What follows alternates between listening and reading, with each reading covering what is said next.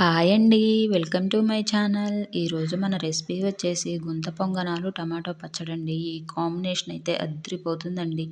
ఎలా చేసుకోవాలో చూసేద్దాం వచ్చేయండి. ముందుగా నేను ఒక 10 పచ్చిమిరపకాయలని సన్నగా సగానికి కట్ చేసుకొని వేసుకున్నాను. 2 టమాటాలు వేసుకొని కొన్ని వాటర్ పోసుకొని స్టవ్ వెలిగించి ఉడికించుకుంటున్నాను. అవి కొంచెం ఉడికేలోపు కొన్ని ఆనియన్స్‌ని కట్ చేసుకొని, పచ్చిమిర్చి కట్ చేసుకొని పెట్టుకోవాలి. మనం ఒక క్యారెట్‌ని అయితే తీసుకొని సన్నగా తురుముకొని పెట్టుకోవాలి.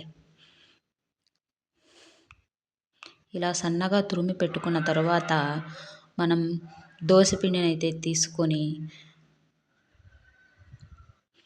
మనం కట్ చేసి పెట్టుకున్న ఉల్లిపాయ, పచ్చిమిర్చినైతే ఇందులో వేసేసుకోవాలి.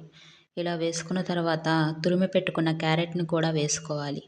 క్యారెట్ తురుము కూడా వేసుకున్న తర్వాత కొంచెం కొత్తిమీర వేసుకోవాలి.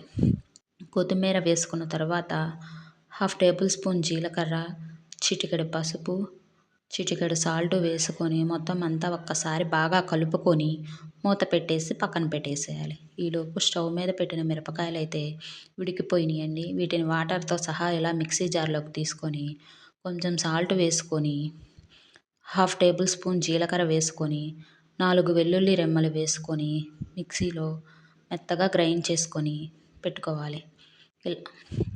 ఇలా మెత్తగా గ్రైండ్ అయిన తర్వాత మనం ఉడికించి పెట్టుకున్న గిన్నెలోకి అయితే తీసుకొని కొంచెం కొత్తిమీర వేసి ఈ పచ్చడిని ఒక పక్కన పెట్టేసేయాలి. తర్వాత స్టవ్ వెలిగించి పొంగనాల ప్యాన్ పెట్టుకొని కొంచెం ఆయిల్ వేసుకొని మనం కలిపి పెట్టుకున్న దోస పిండినైతే ఇలా లాగా వేసుకొని కొంచెం ఆయిల్ వేసుకొని మూత పెట్టేసి లో ఫ్లేమ్లో మగ్గించుకోవాలి. ఇలా లో ఫ్లేమ్లో మగ్గించుకున్న తర్వాత రెండో వైపుకు తిప్పి 2 నిమిషాలు మూత పెట్టి మగ్గించుకోవాలి.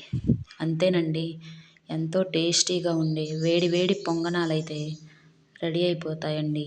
ఈ వీడియో కానీ మీకు నచ్చినట్లయితే లైక్ చేసి, షేర్ చేసి, సబ్స్క్రైబ్ అయితే చేయండి. Thank you for watching.